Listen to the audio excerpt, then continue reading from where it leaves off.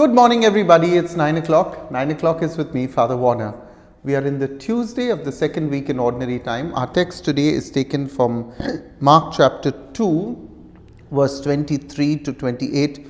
I've entitled today's teaching, Inward Out. So let's look at the text first, and then I will explain to you a bit about the background of the text. One Sabbath, he was going through the grain fields, and as they made their way, his disciples began to pluck heads of grain. The Pharisees said to him, "Look, why are they doing what is not lawful on the Sabbath?" And he said to them, "Have you never read what David did when he and his companions were hungry and in need of food? He entered the house of God, where Abiathar was high priest, and ate the bread of the presence, which is not lawful for any one but the priest to eat, and he gave some to his companions. Then he said to them, the Sabbath was made for humankind, and not humankind for the Sabbath. So the Son of Man is Lord even of the Sabbath." The Gospel of the Lord. So, my dear friends, we have been looking at, as I've been saying these last few days, 5 conflict stories that began in chapter 2 verse 1 and will end with chapter 3 verse 6. 5 conflict stories. We have already done the first, second and third conflict story. Now the setting of the 4th conflict or controversy story in the set of 5 deals with the holy day of the Sabbath. Now, for the Jews, the Sabbath was a big deal. Now, let me clarify here what day is the Sabbath. For the Jews, it was Friday evening to Saturday evening. We as Catholics celebrate the Lord's Day, Saturday evening to Sunday. So, even though the 10 Commandments speak of keep the Sabbath holy, remember we celebrate the Lord's Day. So for the Jews, the Sabbath was a very, very big deal. Judaism was set apart by 2 characteristic things. One was the Sabbath, and the other was the issue of circumcision. For them, these were outward signs of what should have been inward grace. Unfortunately for the Jews living at the time of Jesus, these continued to just become external traditions. Now the Sabbath law was very complicated, for it even determined how many steps one could take on the Sabbath. To complicate this even more, the Jews began a collection of oral traditions, and they attached these oral traditions to the scriptures. These oral traditions they recorded in a book called the Mishnah, which had no less than 12 tractates, 39 different prohibitions, things that you could not do on the Sabbath. Now, among the many such prohibitions, 4 of these prohibitions are connected with today's gospel. 1, you could not reap, you could not thresh, you could not winnow, or you could not prepare a meal. That is the reason why Jews prepared their Sabbath meal on a Friday, and on Saturday they will do absolutely no cooking or no work. However, according to the law, it was okay to pluck heads of grain by hand. You can read this in Deuteronomy chapter 23 verse 25. Read also, if you get the time, the law of gleaning. Read this in the book of Ruth. So they were allowed to pluck heads of corn. Interestingly, if you notice what the Pharisees do, they criticized the disciples of Jesus. They didn't go to Jesus directly and said, "What's wrong with your disciples? Why are they doing this?" They didn't criticize Jesus directly. "Why aren't you correcting them?" He says, "Why are your disciples doing this?" Now, besides eating grain in the grain field, they should have picked on Jesus for breaking other laws of the Sabbath, like exceeding the distance covered on the Sabbath, which incidentally, if you notice, not only Jesus and the disciples broke, because you were not allowed to walk a certain number of steps, beyond a certain number of steps. So not only Jesus and the disciples broke, but the Pharisees were following Jesus.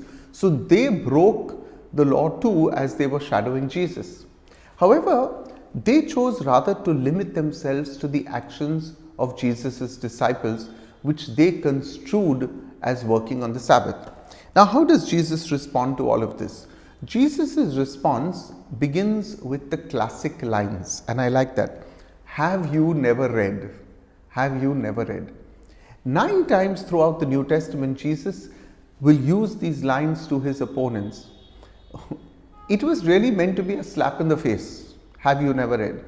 You see, it is the Pharisees who should have known their scriptures, yet they have become slaves to traditions rather than the scriptures themselves. They should have been masters of the scriptures. And Jesus is saying, in reality, you have not read. You claim to have read the scriptures, but you don't know your scriptures. His response to them, however, is from the Old Testament analogy, and that's what he says to them. Have you never read what David did when he and his companions were hungry? He's quoting 1 Samuel chapter 21 verse 1 to 6, and herein we find ourselves with certain textual problems, at least the way St. Mark reports it. Now, because when you go to the text, you will see that there are certain anomalies. According to 1 Samuel chapter 21, the high priest was Ahimelech, who was the father of Abiathar. So therefore, this is a mistake that Mark makes in his gospel. Like Luke in his gospel, Mark also gets some historical data confused. However, in Leviticus chapter 24 verse 5 to 9, we read how 12 cakes were set out. So 12 cakes set out in 2 rows before God in the tent, and they were later consumed by the priests. In 1 Samuel chapter 21 verse 1 to 6, the priest gave the sacred bread to David because there was no other bread there. David did not take it by force or even by his own initiative, as Mark makes Jesus say it. Now, the point of this narrative is not so much in the details, did David take the bread, was David given the bread, who was the high priest? It's not in the details. The point of this narrative is in the message. Jesus is asserting divinity over human traditions linked to the Sabbath. In stating that the Sabbath was made for humans, Jesus in effect is doing what? He subordinates the Sabbath observances to human needs. I want to say that again. He subordinates the Sabbath observance to human needs. Note that the Sabbath is not subordinated, but its human traditions around it are subordinated. Jesus is not saying, to extend this argument, that the Lord's Day is irrelevant. No, he says your silliness that you're doing around the human traditions around the Lord's Day, that needs to be suppressed. Let us maintain our Sunday worship, our importance of Sunday, but all the other traditions around a Sunday are immaterial. So Jesus' focus is on the inner joy of the Sabbath, not on the outward traditions and observances. We make it about the outward very often and not about the inward. Now, I want to say this, that I know that these days we have once again closed some of our churches here in St. Stephen's. We are open from Monday to Saturday for weekday mass, but we are closed unfortunately on Sunday because we have to restrict the congregation to 50 people, and that becomes very difficult. To my own parishioners here at St. Stephen's, I hopefully planned this Sunday to open the church once again and at least for 50 people have several masses. I would like to do this, but I want to say this to everybody. This whole question about the Lord's Day, which we have Saturday evening to Sunday, our scriptures tells us to keep it sacred. And therefore, I want to reiterate this point, because many people think because the Sunday in India is also a secular holiday, we think that the Lord's Day is a day to relax and catch up. And while I'm not against relaxing and catching up, please understand that primarily the Lord's Day is devoted to Jesus himself. And I must confess, I have been guilty sometimes of not giving Jesus importance on a Sunday. I also tend to take it easy and relax and take an extra snooze. But can we, in our own way, start making Sunday special by celebrating Jesus on that day, by works of charity, by reading our scriptures, by attending a Bible class?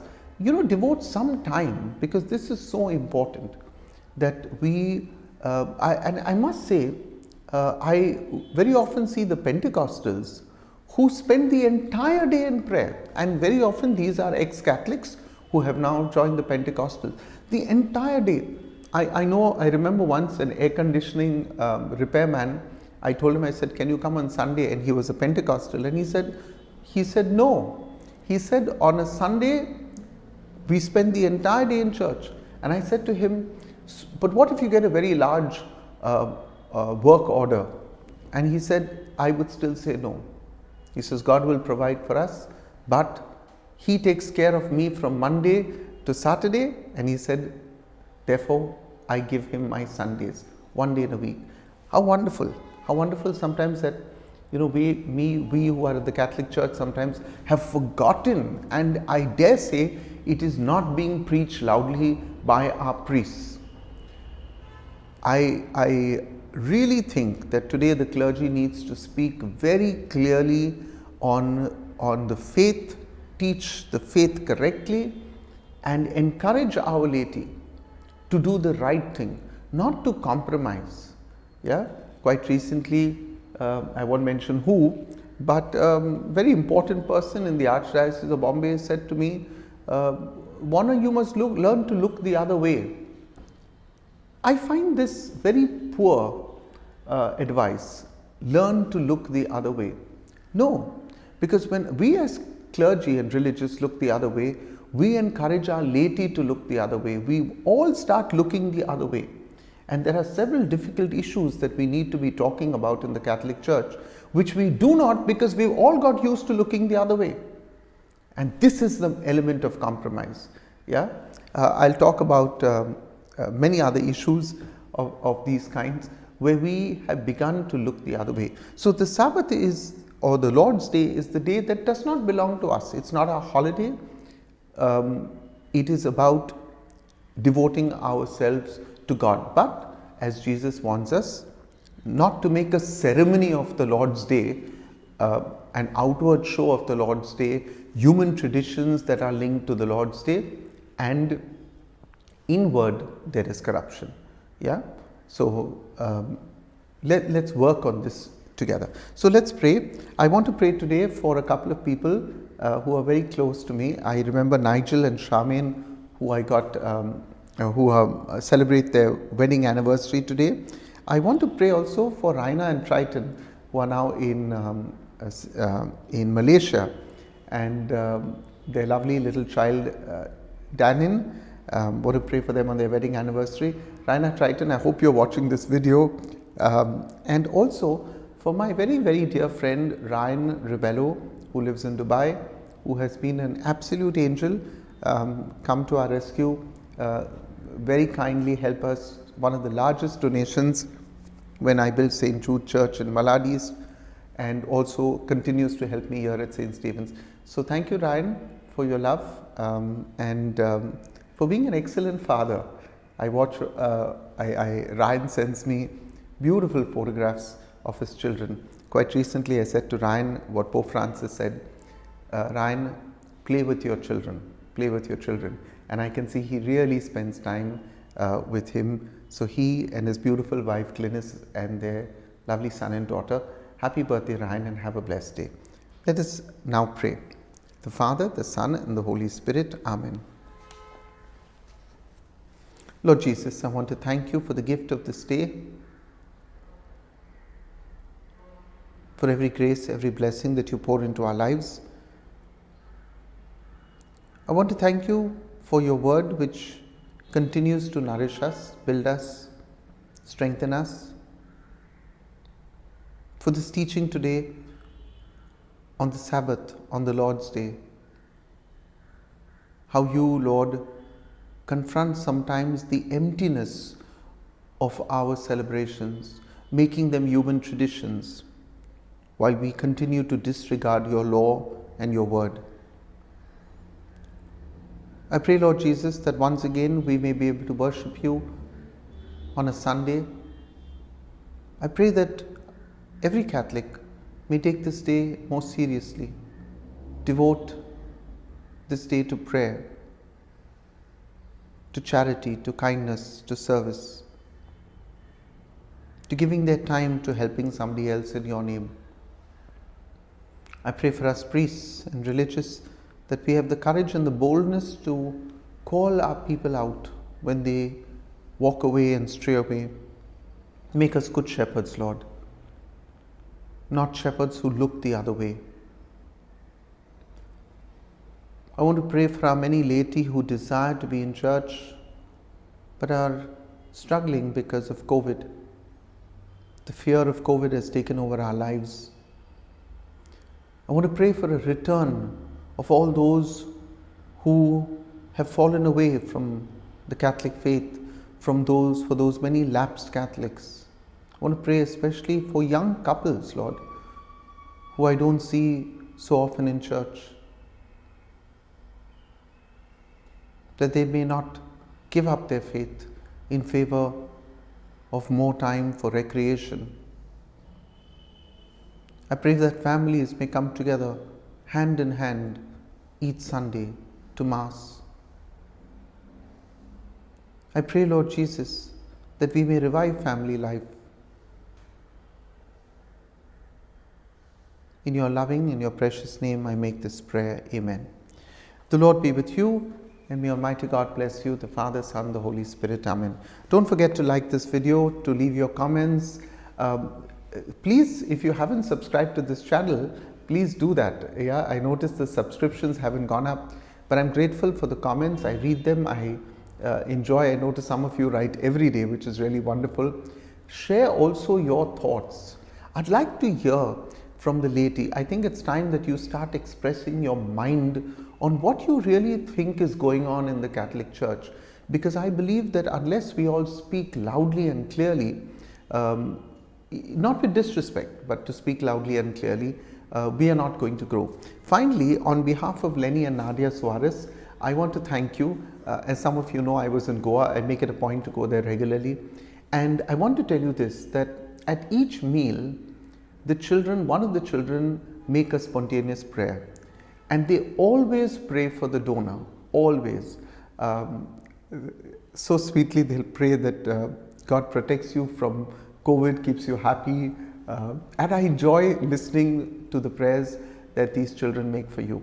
The home is doing very well. As you know, the children now are once again confined to the home because schools have shut down in Goa. But the children are doing extremely well in their studies, and I'm grateful for the affection and the love that you show by sharing a meal with them. I also want to say thank you to those of you who continue to contribute every month to this ministry. God bless you. You can always get in touch with me on my WhatsApp number. Remember, only WhatsApp, 98202 42151. God bless you. Have a lovely day.